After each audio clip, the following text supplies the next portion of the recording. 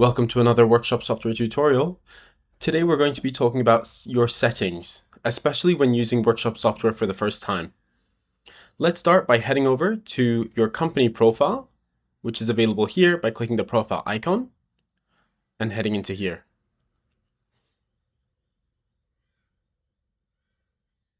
Now, almost all of this information will be present on the top of your invoices for your business's information. So make sure you don't leave mobile numbers you don't want to be present, and make sure you add in your full address that you'd like customers to be able to view on those documents. You can also add in an email address, so when you send an email from Workshop Software, it comes from your email address instead of ours. You just have to save the page and press verify, and then follow the steps in the email that's sent to your inbox. You can also add SMSs just by pressing buy SMS. This is a little bank for all of your reminders and your ad hoc texts that get sent out to use from. So for example, if we add 500, I would be able to then tick agree to purchase and buy. And make sure you don't press buy twice, just wait for it to process, and you'll have those texts available to you here. You can also add a logo by pressing choose image and then upload, and this image will appear on the top of all of your invoices. There's also a tab for subscription. This is where you can find your subscription ID, which our support team may ask from you from time to time. You can also edit your payment information, as well as upgrade your plan. For example, upgrading to a yearly plan would save you $240 a year. Now let's head over to settings here on the bottom right. Let's now go into company settings.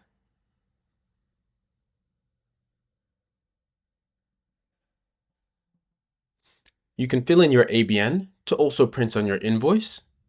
And if you're going to be sending SMSs from Workshop Software, you can add a mobile company name so the customer knows who the SMS is coming from. Over here, you have to fill in a labor line, or the system will not be able to create bookings at all. This will be the default labor product that appears on bookings. In this next section, you can customize the vehicle groups you service. Simply press the X on the vehicle groups you don't service, or click on the drop-down to view other types of vehicle groups.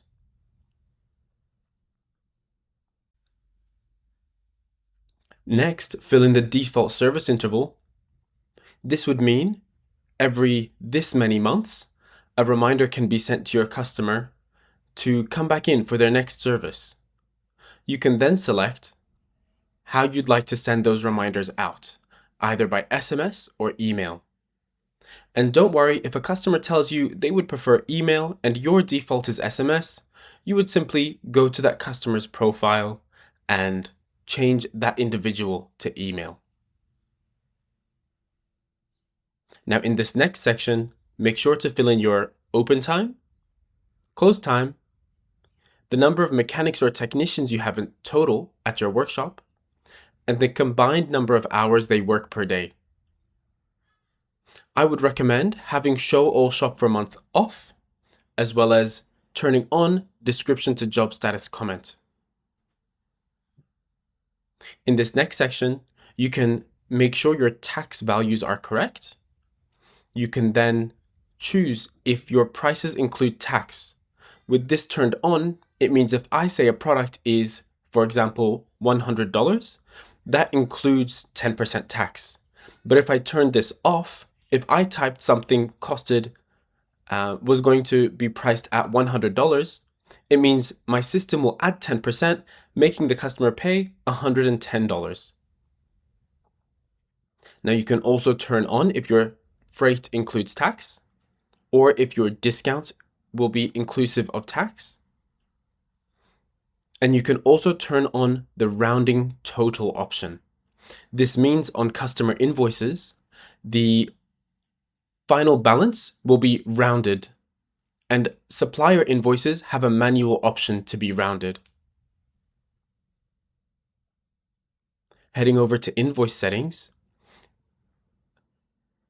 I'd recommend if you have a logo that you've just added into your company profile, leave the format to default black and white. Then select if the customers pay straight away, i.e. cash on delivery, or if they typically have a number of days to pay. And don't worry, you can customize this per customer or per invoice. So this is only the default. You can then choose if you'd like to hide part numbers or hide labor quantity. And I recommend turning on this feature here that says invoice number equals job number. So when you process a job, the invoice number will be the same number, making it easier to find documents in the future. You can go through all of these options and more in your first onboarding session. Make sure to book that in with the link in your emails. When you're done with this page, make sure to press save. Now let's head over to the messages page.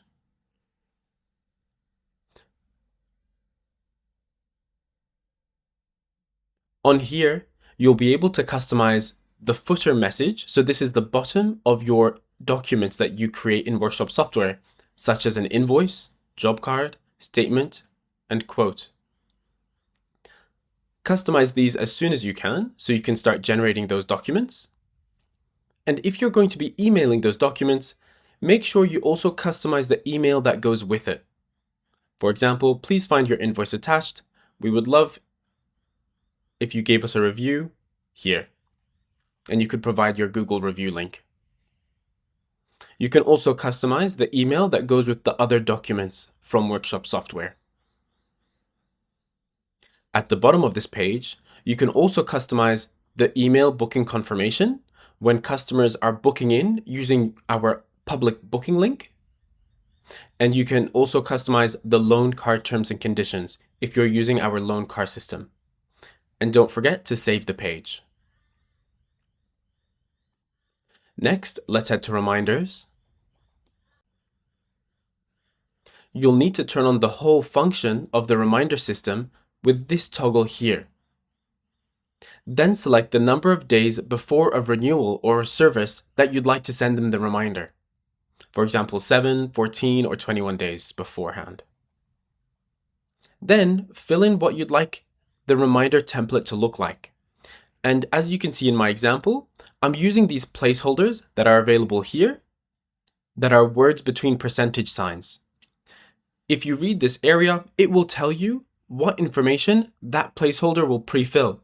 For example, to insert the customer's rego into the message, use the placeholder %reg number %. These placeholders can only be used in the text box directly above it and not in other areas of Workshop software. Make sure you turn on each individual reminder area. So if you'd like to send service reminders, turn this toggle on and then fill in the SMS and email text boxes. You need to fill in both text boxes, even if you're only going to be sending one type of notification. For example, if I'm only sending SMS messages, I still need to have a backup email and vice versa. You can turn on rego renewal messages if you'd like here. And if you'd like to send booking reminders, you can turn that on here. This has its own number of days beforehand to send the reminder. So for example, 1 day before a booking, it will send this message here, and you can customize that as well. Make sure you save this page, and let's head over to the company lists page.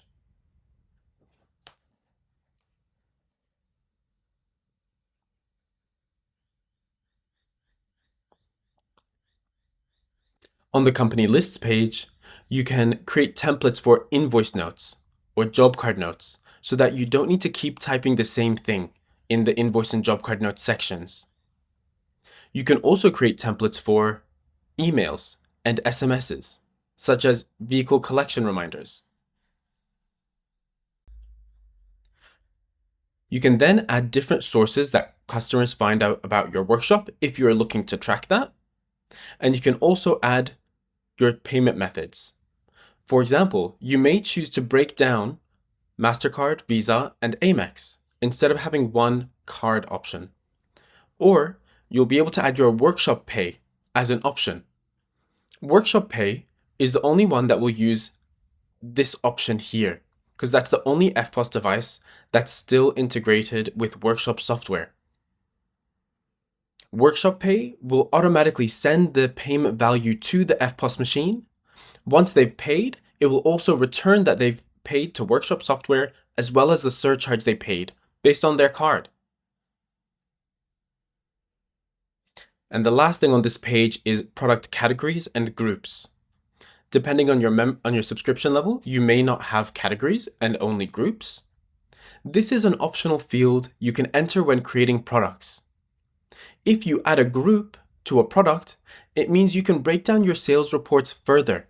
Instead of seeing all of your products as one big group, you could tell our system to break it down by product group, which is a very functional and helpful tool to help you be more profitable. Now let's head back and we're going to take a look at admin settings. In here, you can add mechanics. And if I open one of these mechanics that are already in my system, I can see that I've had to add their first name, last name, and mechanic code.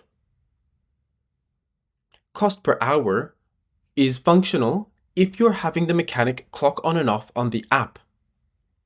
This will help calculate a more accurate cost for labor. You can then enter their start and end times by pressing the clock icon and selecting the time that they're starting and ending. You can then press persist to copy those start and end times to all the different weekdays. You can then fill in Saturday or Sunday separately, or head to any other day of the week to make manual adjustments.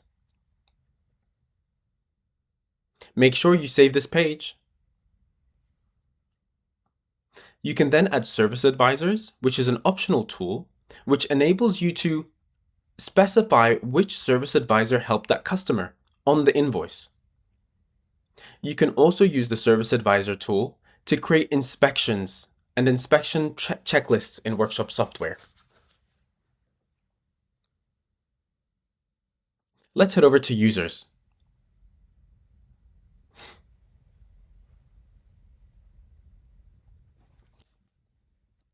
In the users page, you can create additional computer users, which have a cost of $19.99 a month. You can also create more mobile users, which are complimentary and don't have any cost associated. These users only work on the Workshop software mobile app, available on iPhones and Androids. Let's head into what a mobile user looks like. So if you turn on Show Mechanic features, it lets you select from your already set up mechanics. So when they clock on and off, our system knows who to assign it to. You'll then mark them as active and enter their email. In terms of features, I've mentioned how this lets them clock on and off. You can limit the customer information so the mechanic will not see customer emails, phone numbers, and street addresses. Most mechanics will need advanced user. This lets them add products, inspections, and more. The show pricing tool will let them see pricing, and process invoices allows them to process invoices on the app. These two are more floor supervisor or admin level features. Limit event times means this mechanic will only see jobs in the booking diary that are assigned to them. Make sure you press save. Now that you've created mechanics and their users, you'll be able to go to settings and click on schedule. This schedule is the roster, and this is what tells our booking diary what the availability is each day. You could simply click on a shift and alter the shift times or create unavailable times. Alternatively, you can use the star. The star icon will let you create public holidays. You can delete public holidays with Manage Holidays, or you can use Set Unavailable Times to give one person leave in the system. Those are all of the settings that we're going to be going through today. Make sure you take a look at the next video and book in your onboarding session as soon as you can to make sure not only that the settings that we went over today are set up for you, but also to answer any questions you have and to go through all the things that we didn't cover today, as this was mainly the essentials. Thank you, and I hope this helped.